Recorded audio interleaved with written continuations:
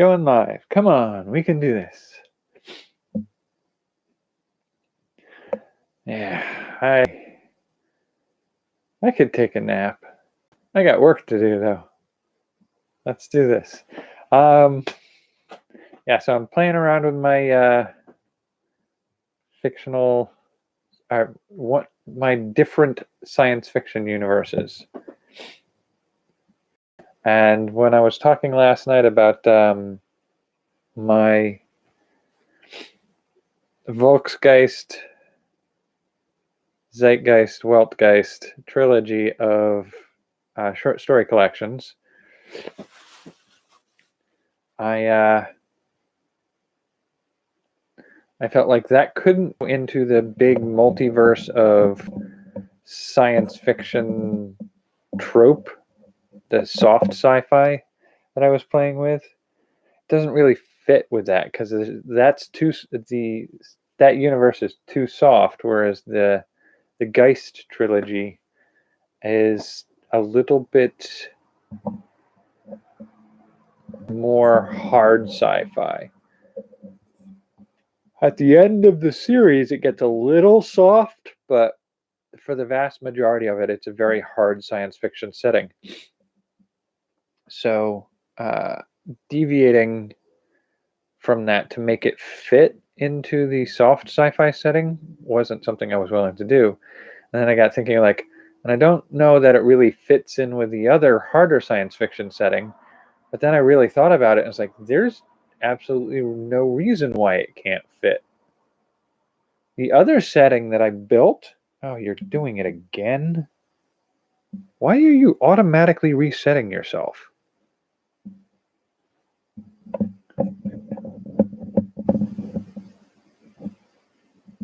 You're just all over the place, aren't you?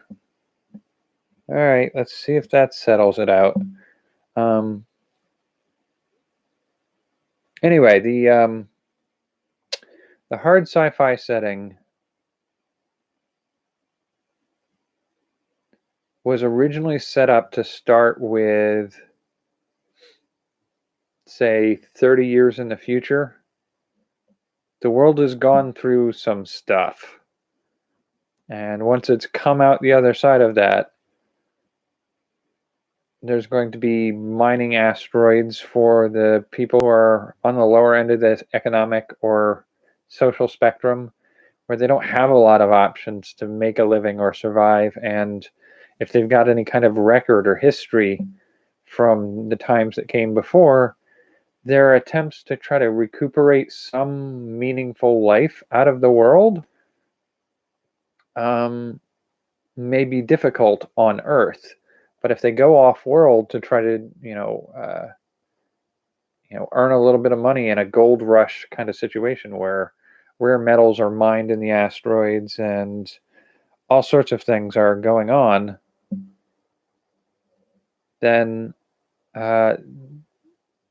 there's a possibility that that time that comes before that setting could be where I set my World War III trilogy. So it looks like it fits. And with that in mind, I was contemplating the possibility that traveling over the timeline of that setting,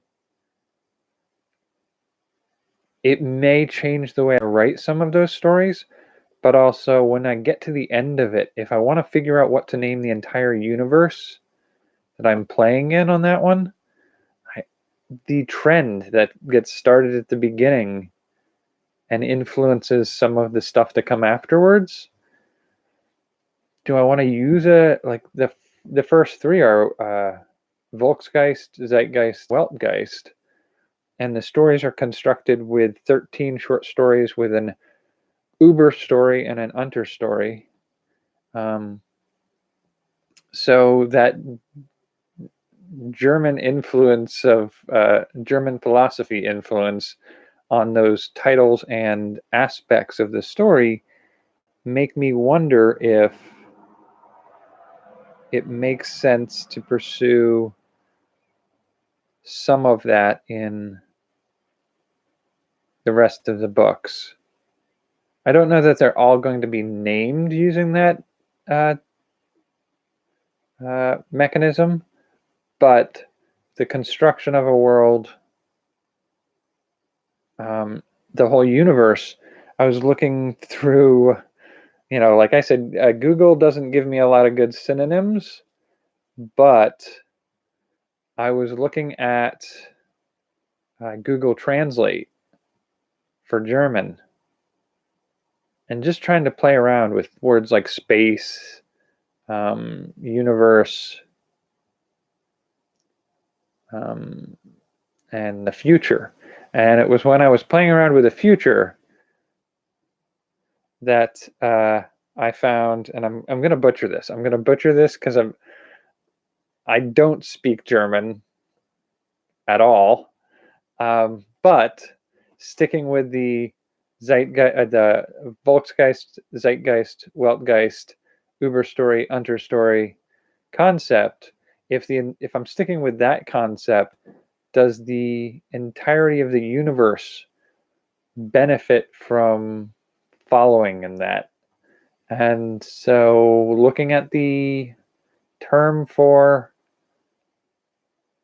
future was one of the ones that Google Translate gave me a translate on, and it was Ferne, Ferne, and I figured, and I looked at it, and it was originally translating for the word future. It was one of the synonyms for future, and when I clicked on that and followed it through, the multiple translations of that term suggest it means not only future, but distant worlds, the past, the unknown. And I'm like, these are all really good concepts about some of the aspects of this timeline: the unknown, the emptiness, the future, the distant things. And it was just like, it seems to fit really decently. So I thought about doing Das Ferne. I can't pronounce it. But I think that could potentially work decently for what I'm doing. So I think that's potentially what I'm going to name that. I did a reach out to some of the people I know who speak German, and asked them if it made sense. And then looking at that structure for those stories, the 3 books in that series are done as a series of short stories that all take place during the same time. So like the reason they're called the Geist series is if you spell out Geist in numbers, like if you use a calculator and you spell out a word, if you spell out Geist in Leet speak, which was an old hacker thing that we used to do when I was younger, but Leet speak was using numbers and symbols to spell out words, and Geist was 6315 plus. And so in that sense, each of the books, because they each are Geist books, would be 63 hours, 15 stories, and an epilogue. And so that's the Geist portion of it. The first one is volume 1, less than 5 years in the future. And so that it's VO1 bar less than 5. So that's Volks. And subsequent to that, each one of the names of the books uses that letter symbol combination to spell out words that delineate Volksgeist, Zeitgeist, and Weltgeist. And those are words that, my understanding, represent the concept of the spirit of the nation, the spirit of the times, and the spirit of the world. and they're philosophical concepts that are supposed to delineate like the philosophy of a people, the mindset of the times we live in, and sort of like a philosophy of history, how we got where we are now. And so that trilogy lines up with that. And so looking at that as the starting trilogy for the overall universe, and then following the subsequent timeline along that path to reach out and give us um, a model on which to display the rest of the stories. So subsequent stories where, like in the setting, we have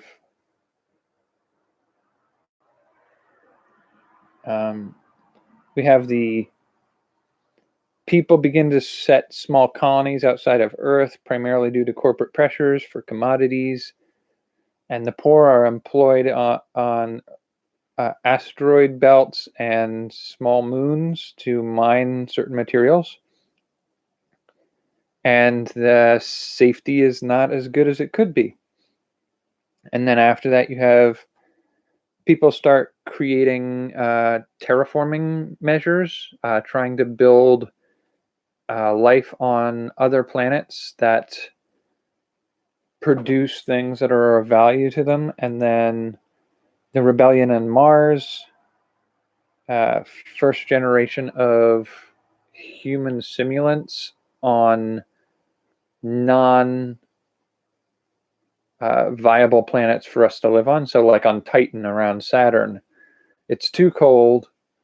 All water is in the form of hard rock-like ice, and methane comes in a liquid form, and it rains in the sky.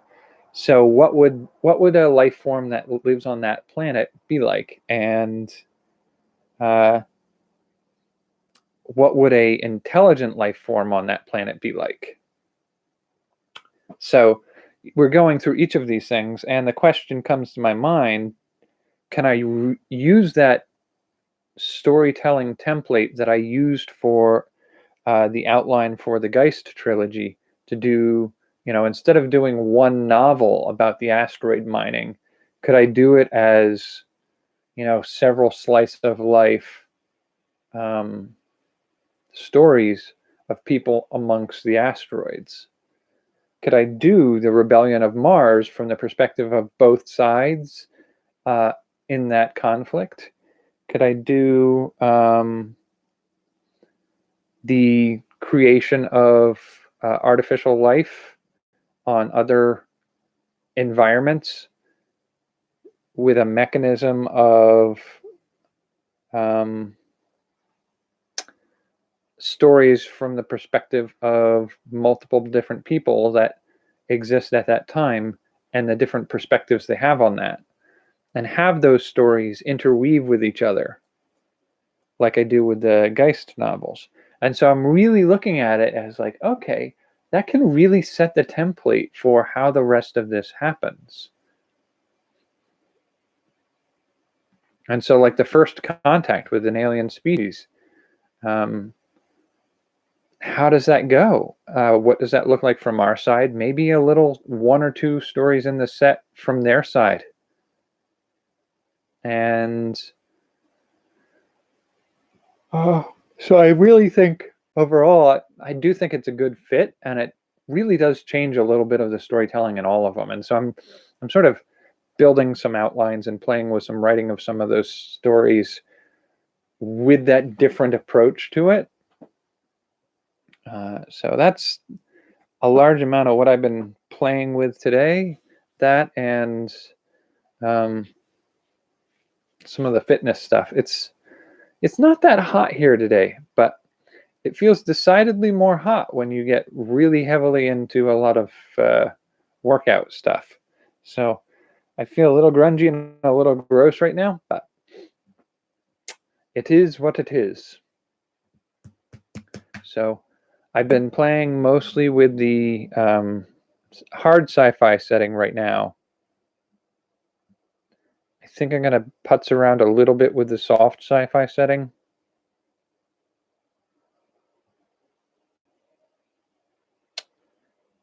And I do need to record and update a video after this tonight. I should have done it earlier, but I was in the middle of doing some other things. I just didn't get to it yet. But the Monday video for the review and rate of a book should go up tonight.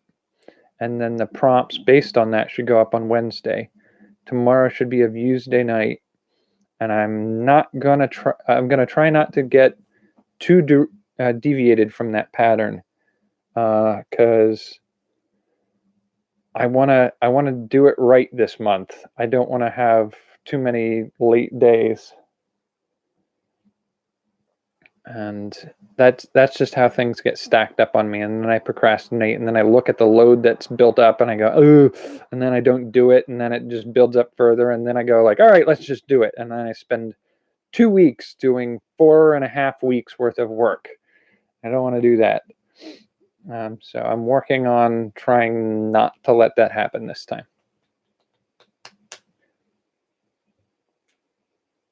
It's weird that my brain can spend 15 to 45 minutes researching what to call the universe.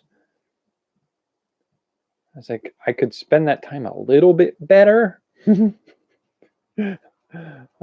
I could just write and worry about what to call it later, but no, my brain just wants to do that. So that's sort of what I'm both enjoying it and fighting it. And it looks like the fighting's not working, so I may just enjoy it. I am kind of tired. I need to get something ready to eat, get cleaned up, and then video recordings for the book. I think that's the only thing I can do right now. I can't do the movie until I've watched the movie. And it's not going to be the same movie as the Views Day night movie. So I got to watch 2 movies in the next 24 hours. 48 hours. And then record 5 videos. Yeah, 5 videos that are not the live streams that I do at night. So I'm thinking about some of that. How are you guys doing on your projects? I haven't heard much from you guys in a little while. Hopefully everything's doing all right. Yeah, it's trying to get back into the pattern of doing things creatively. I get distracted really easily these days. I'm doing better than I was under the carbohydrate diet. My focus is partially returned at this point. I'm not going to say I was ever overly focused as an individual, because that would be a lie. But I'm not as ADD as I was under a high carbohydrate diet. So I think that's a big plus.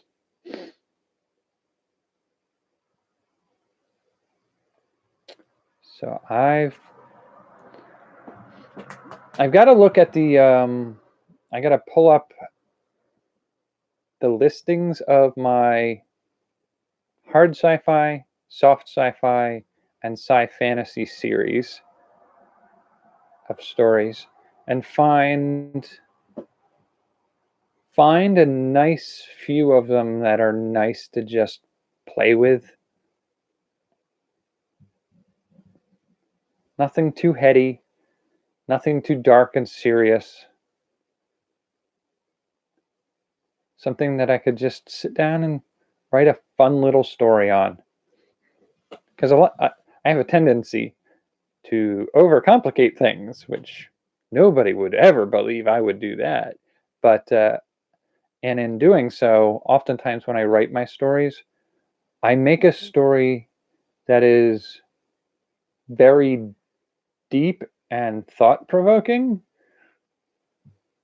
And sometimes that's not the right approach. Sometimes it's just tell a nice story. It doesn't have to be a big philosophical mind bender of a story. And it's easier for me to resort to writing a mind bender because I like to bend minds. But nice, simple, short stories are fun to read and enjoy. And I kind of want to include some of those. It can't all be heavy. And as much as that seems like a very short night at this point, I think I'm going to call it here unless there's something more to offer.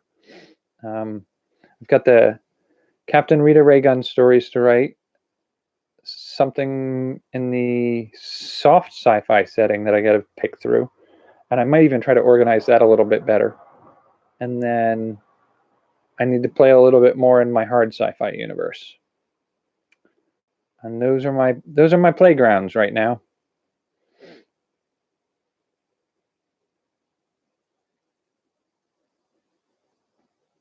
I try to keep them light, but interesting.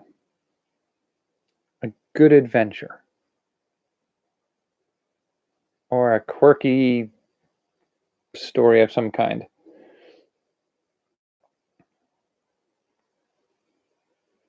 I'm thinking probably these short stories are probably okay to post up on Tumblr posts. So I may see about posting to Tumblr. Again, I did talk with some people on when I went to VidCon to find out what kind of rights I will have or lose by posting some of this stuff publicly. I'm gonna actually, I got some feedback on some of that. I'm gonna go look up the guy who wrote The Martian. And there's another author that I kind of enjoy. I haven't read much of his work, so I can't say I enjoy him as an author. I've read a little bit of some of what he's done, and I'm curious enough to read some more of them. And both of them have released some of their works as downloadable PDFs that people can read for free. And I think I may do that, but I have to figure out how that was done for them. The guy who wrote The Martian, he did it as blog entries, and I don't know which format or platform he did his blog entries on. If he did them through a blog format, I need to find out which one that is. If he did them as WordPress on his own web page, I may have to build my own web page for this channel to post things through. And I may end up doing that anyway, just because I'm pretty sure the releasing of some of my games and stuff, if I do WordPress web pages that are mine, I'm pretty sure I maintain the rights to it that way. It's just a little bit harder and it costs me a little money to host them. But I should be able to maintain the rights to them. So it's either going to be through a blog format somewhere, or it's going to be me through a website that I set up and I will post the link to and talk to. And I'll probably do something like that on the Friday night, the Friday day video, because I have Sunday's updates about what I'm working on in the coming week and the plan. Monday is a daytime video about a review. Tuesday is Views Day. Wednesday is prompts based off of the first review. Thursday is the second review. Friday is the open day that I can use for posting links and examples of the stuff that I've been working on. And then Saturday would be the prompts based off of the second reviewed item. So I think Friday is going to be the update days for where to see projects. Now, there's going to be a delay because I'll tell you right now, I have sort of like a low-key dyslexia. So when I write, it's liable to be unintelligible to most people until I go back, fix it, run it through a spell checker, fix it again, and then it's possibly readable. But at that point, it's still sort of like a draft one, a first draft. I know somebody who refers to this crash writing as zero draft, because it's not your first draft. Your first draft is one where you actually get it right, but you're going to redraft later. The zero draft is just sort of like get the pieces out wherever they need to be and worry about fitting them together later. So the first draft is going to be it's going to be a zero draft. It's going to be a mess. So in order for them to be readable or legible, might be a week or two of setting them aside and come back and fix them up.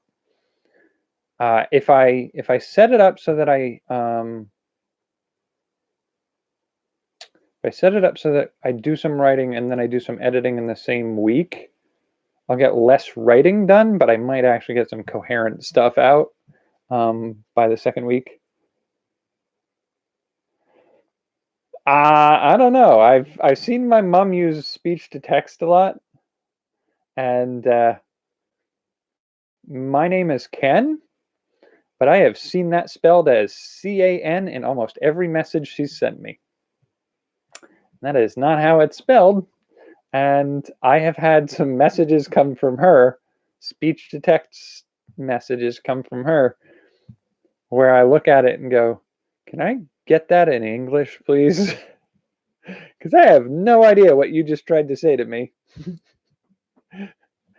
And she goes back and looks at what she sent me. And she goes, yeah, I can understand why you might be confused by that. There's no grammar or, yeah, it was just so I'd be a little hesitant about speech to text, also because of the way I think when I'm writing. I don't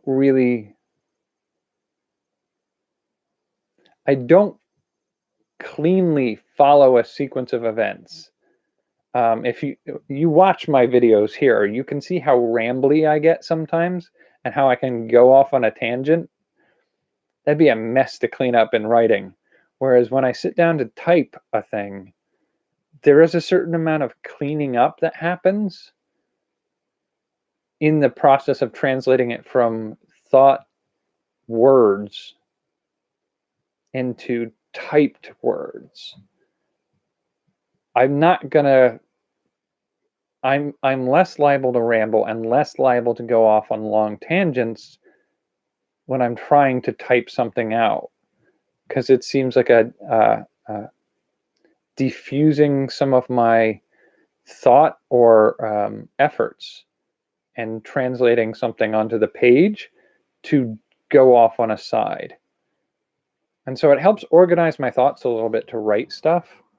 I don't know that I could ever speak in a manner that is clean and concise as my writing is, as much as my writing suffers from grammatical and spelling errors and a tendency to just get the idea out fast enough that sometimes I contradict myself later in the story, but I have a sense of which one of those ideas is the real one, and I can go back and fix the one that needs to be fixed up.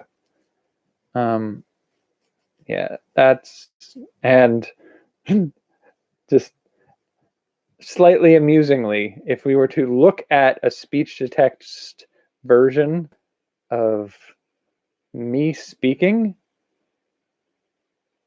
well, it might not be too hard. I could go into that feature in a word processor where you can say, every time this word appears, because there are going to be a lot of ums. Okay, so, and there are going to be a lot of those verbal tics, those reorganizing thoughts, phrases. So a lot of a lot of okays, a lot of so's, a lot of okay so's. That would be a pain to pick all of those out. But when I write, they're not in there. So it's a little bit cleaner to write something. Speech to text might be fun for building outlines where I'm not doing a narrative style, where I'm just saying like, what if this?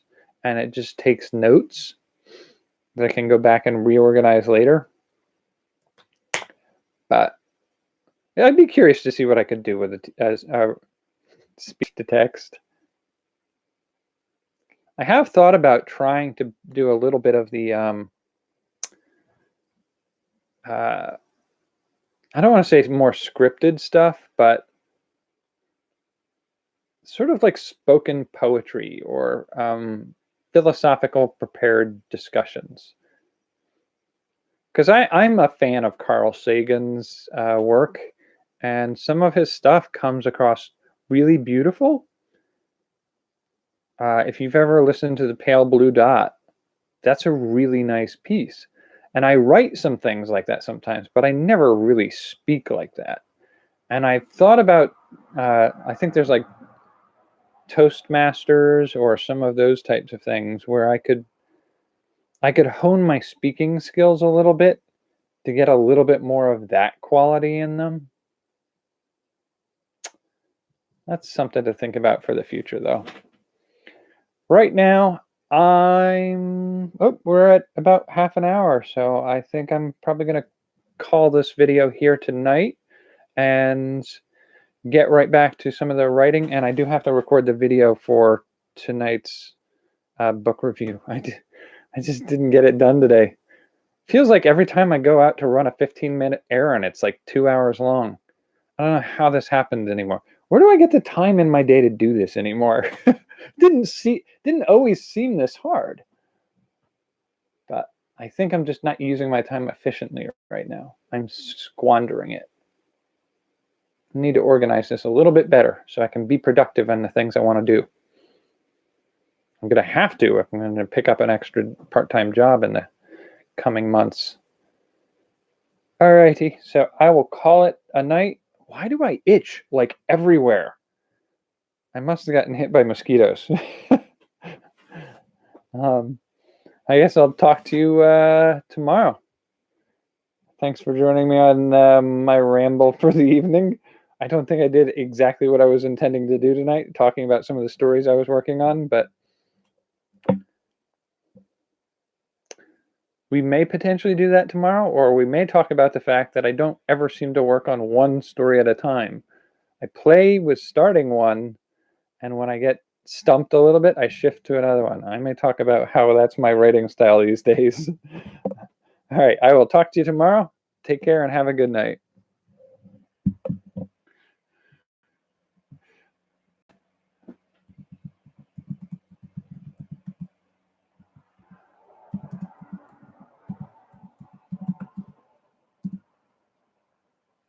I spelt it right. That's kind of nice. All right. I need to find a better setup for this stuff too.